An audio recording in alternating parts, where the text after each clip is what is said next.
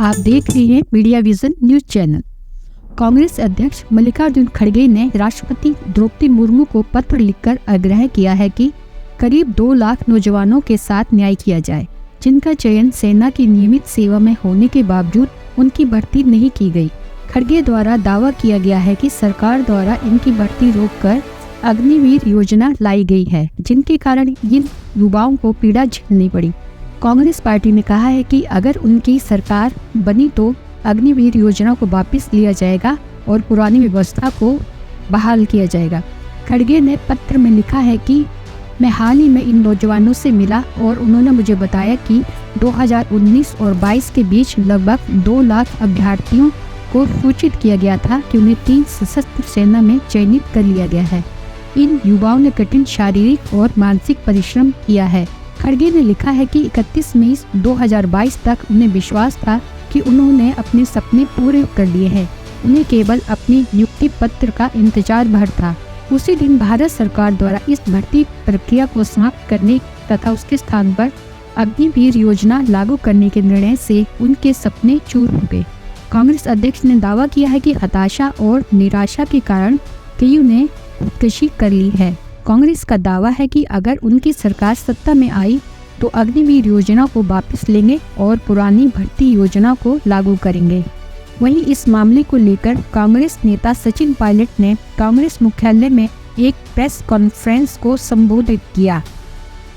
इस दौरान उन्होंने कहा है कि अग्निवीर योजना को लेकर कोई मांग नहीं की है और इससे कोई फायदा भी नहीं होगा। इससे सरकार के कुछ चंद पैसे ही बचेंगे। हमारी पार्टी को लगता है कि पुरानी भर्ती योजना को ही लागू किया जाना चाहिए। वहीं कांग्रेस नेता सचिन पायलट ने कहा है कि सैन्य बलों को आधुनिक बनाने के लिए कुछ बदलाव किए जा सकते हैं, लेकिन पुरानी व्यवस्था को पूरी तरह खत्म करना ठीक नहीं होगा। अब देखना यह है कि अग्निवीर योजना के मामले को कांग्रेस पार्टी इस चुनावी साल में कितना ज्यादा भुना पाती है।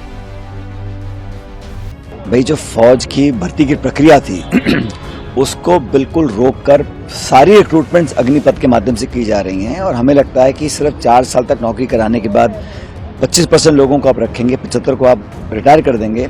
उनके लिए भविष्य में संभावनाएं बहुत कम हो जाती हैं और सारी भर्ती अगर अग्निपथ के माध्यम से होगी तो ये फौज के लिए कोई बहुत सकारात्मक नहीं है।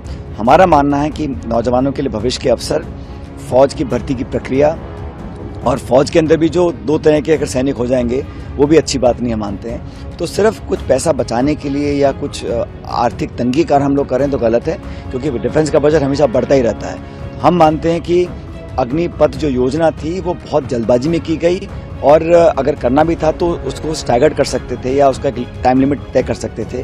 तो ये जो किया है, इससे एक जो ग्रामीण क्षेत्र में नौजवान बच्चे हैं, लड़के जो बहुत तैयारी करते हैं, फौज में जाने की रुचि होती है, सिर्फ पैसा कमाने के लिए नहीं, लेकिन एक जज्बा होता है मातृभूमि की सेवा करने का, वर्दी पहनने का, और उसको अगर हम उसको रोकने का काम करेंगे तो उसको हमने गलत माना है। इसलिए सरकार, और खासकर अभी लगभग 2.25 लाख लोग ऐसे हैं जिनको आपने मेडिकल, फिजिकल सब टेस्ट कर लिए, पास कर लिए, सिर्फ ज्वाइनिंग करानी थी, उनको भी आपने मना कर दिया है। तो वो लोग बहुत लंबे समय से धरना दे रहे हैं। 2.25 लाख लोग हैं, लड़के हैं, उनको भी आपको एडजस्ट करना पड़ेगा क्योंकि आपने उनको भर्ती किया था। इन तमाम बातों को लेकर मुझे लगता है सरकार को